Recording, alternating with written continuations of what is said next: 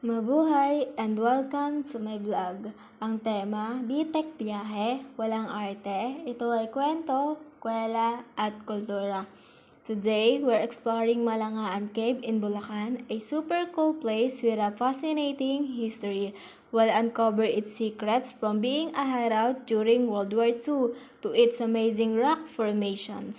So, ayun na nga, kasama ko ang papa ko sa paggawa ng vlog. O, diba? Supportive father. Papunta na nga po pala kami now sa Malangaan Cave, located in San Rafael, Bulacan. Pero sakop din siya ng DRT Bulacan, yun ang sabi nila.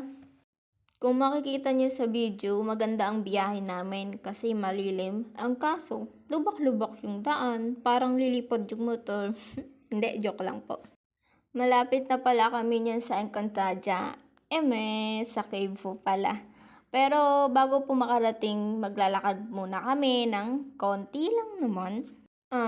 Sumama lang pala ako sa papa ko dahil dun siya malapit nagtatrabaho. Tapos niyaya ko na siya mag-vlog, so pumayag din naman siya. Let's go! So ayun na nga, naglalakad na kami papunta sa cave kasama ang aming tour guide na kakilala ni Papa. Sabi nung kakilala ni Papa, sumunod lang daw kami sa kanya dahil doon yung daan papuntang cave. Mabilis po pala yung video ha dahil naka-fast forward po. Ayan na, sumot na kami sa buta, shortcut daw po. Yes, nakarating na kami sa cave. Pasensya na po, di ko makukuhanan ng maayos yung cave dahil madulas po ang daan. Pero maganda naman siya sa personal and mahaba and malawak siya. Naunan na nga pala sila Papa dahil ako po yung taga-video and nag-iingat din po kami sa daan kasi umulan yan. Ganyan lang po talaga yung water niyan pag umuulan.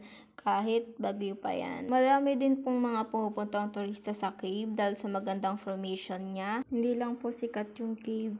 Ayan po yung formation niya. Pasensya na po, magulo yung video. According to myself. Joke lang po. Nung panahon daw po yung Malangaan Cave daw po is naging taguan daw po ng mga guerrilla noong World War II. Laban daw po sa mga Hapon. Naging taguan din daw po ito ng Hukbalahap noong 1950s and 1960s. So dito nga pala nag-uusap si Papa at yung tour guide kung papasok daw sa loob ng cave and nagtanong ako kay Papa. Ano ba yan pa? Daanan? Kuya ba? Pwede ba pumunta saan? Ito. Ito na yung dulo nito? Doon ka. Papasok tayo dyan? At nung nandun na po kami sa loob ng cave ay niloloko po ako nila Papa na kortina daw po yung dalawang kahoy na pahaba na parang nakasabit talaga. Kortina na mo yan, kortina. Alin? Ayan! Kortina ba yan? Oo. Tingnan mo. Lapitan mo kasi.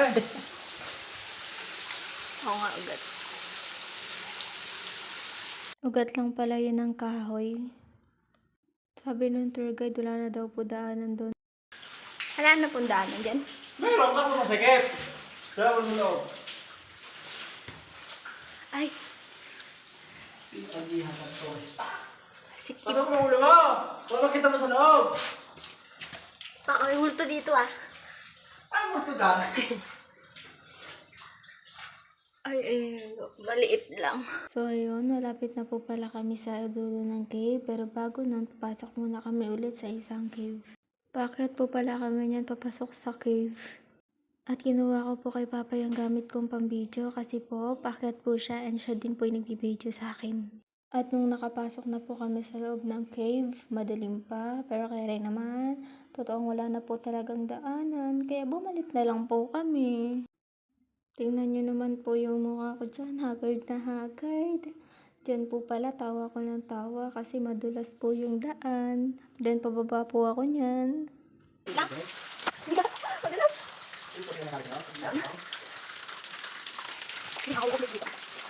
Tapos yun, napasabi pa ako hindi na uulit dahil maputik. Anong hindi ulit? Uulit pa rin ako kasi maganda pumunta sa cave na yan. Tapos yan, tawa ko ng tawa dyan. Hi, salamat. Narating na namin ang kadulo-duluhan ng cave. O, diba? Tuwang-tuwa ako dyan. Binibidyohan ako ni Papa kasi narating ko na yung dulo ng cave. And pabalik na po kami niyan. O, pakit pa ako dyan ha. Palakad-lakad. Exercise yan. Nakapayong pa ako. Basahan naman yung buhok ko. Hi! Okay lang yan. Sabi pala ng Papa ko dyan, doon tumingin sa taas. Sabi niya, umakyat daw ako doon at bibidyohan niya daw ako. Umuulan po pala nung araw na yan. Eh. Ayoko. Madulas. So, ayun na nga. Dito na lang po yung video. Sana nag-enjoy po kayo manood.